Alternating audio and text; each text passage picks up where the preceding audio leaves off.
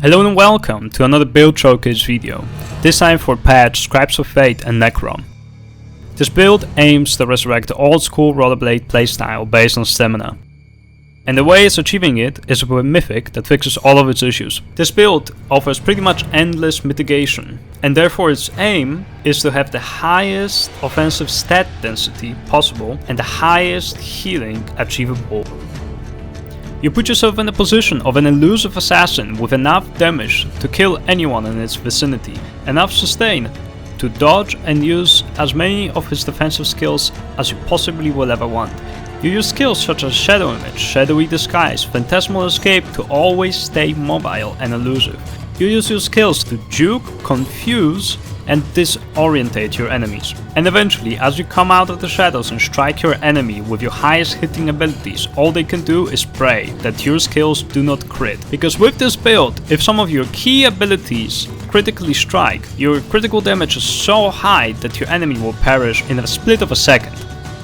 Let's start with the first set, which is my body set. It's Back Alley Gourmand. And why I'm using it is because this build focuses on crit damage. So I want everything that the set offers. Critical damage and healing, and a critical chance. On top of all that, it allows me to run 2 light pieces, which contribute to my critical chance, my penetration, which I'm missing, and thanks to it, I am achieving around 135% critical damage. Which, as you can see, the effects are absolutely hilarious. People explode. The added sustained damage for around 6% critical chance, and the amount of added critical damage and healings makes my heals and my damage just beautiful, especially when everything hits. At this point, you're really not fighting against your enemies, you're just fighting against RNG, because at the point where everything crits, nobody can really defend themselves from it. Now, the mythic I run is something extremely controversial, and I had so many talks about it with other players, and honestly, until you try it, don't judge it, because this mythic single-handedly gives you so mitigation on rollerblade. If you want to play a stamina roller, else you would just not survive. And that is Left-Hander's Aegis. It's such an underrated mythic, and I am so happy to show it off to you, because I am the first person to run it to a success. And I am loving it. I'm throwing it out there and saying this is rollerblade meta, this is Stamblade meta, and this will always be Stamblade meta until dots and pressure damage goes away. And I am very happy to say that once again I am creating stamina Nightblade meta like every other patch before when I played. How can a 20k shield have more mitigation than dodge? And that is simple, because more than half of the incoming damage that you receive is undodgeable damage. That's why this 20k shield will always mitigate more damage than a simple roll. Now what about getting stunned mid-dodge? Well, if you get stunned while rolling, the shield doesn't go away, so what about burst builds knocking that shield down?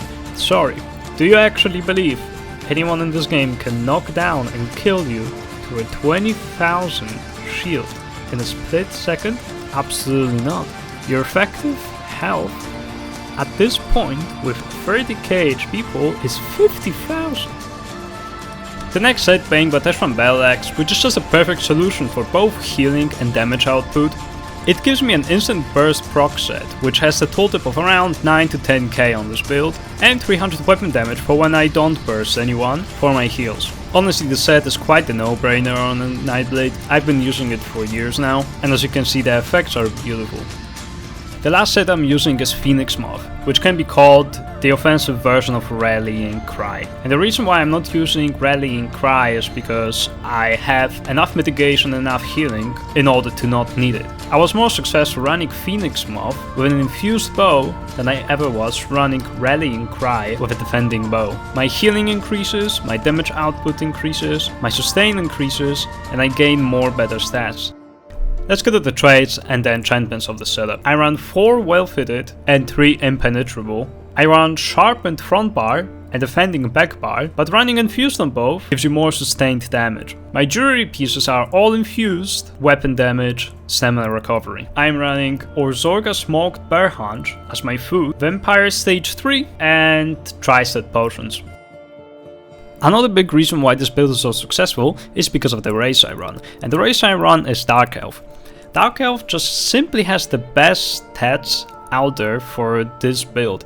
It has the biggest damage output, it has a little bit of offset resource which helps sustain, and it has a huge chunk of flame resistance which will help you mitigate all of that pressure damage that is being thrown at you in a 1vx scenario. And if you do look at your CMX after any 1vx fight, you'll notice that flame damage equals to around 30% of all damage taken in a fight, and this is just ridiculous. The flame resistance that you get from Dark Elf is so valuable.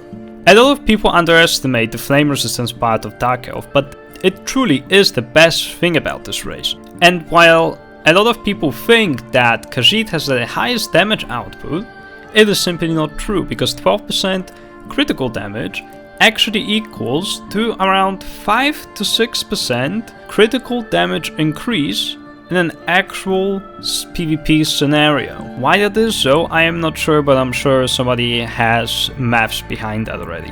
While 270 weapon damage increases your critical damage strikes damage by around 7% on a build like mine, which is high critical damage. Well, it shouldn't be to anyone's surprise that when you already have high critical damage multipliers, that adding more base stats would increase those critical strikes by a lot more than another critical damage multiplier. It's simple maths at this point. But at the end of the day, the 12% on a Khajiit is still very misleading. Now let's look at the numbers, because the numbers are extremely impressive across the board.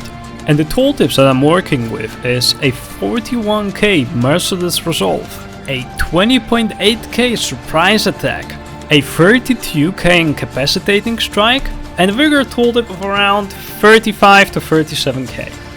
Which leads to me hitting skills like a 20k bow, an 11k Frenzied Momentum, and a fat beefy 17 to 18k Incap.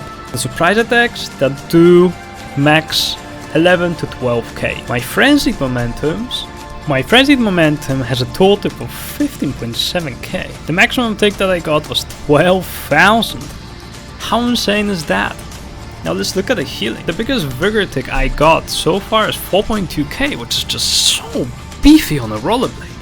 And the highest ready tool tick I got is 18k. The highest healthy offering tick is 16k. Those numbers are nuts, and they feel so good to play with. You feel like you don't lack anything in this game, and you have so much damage that nobody really can defend themselves against. The blue CPs that I'm using are Fighting Finesse, Backstabber, Deadly Aim, and Master at Arms. For my red CPs, I run Survival Instincts, Pain's Refuge, Relentlessness, and Sustained by Suffering. You can choose between Relentlessness or Bastion. Bastion makes sure that your shield does not get broken, while also increasing damage against Arcanist and Max Orc. But Relentlessness just seems to be more mitigation when it actually matters. And with that being said, thank you all for watching, and for the people that have made it this far, you are the biggest fans, so you may as well know this knowledge. But Stygian is the better body set. And with that, hope you enjoy.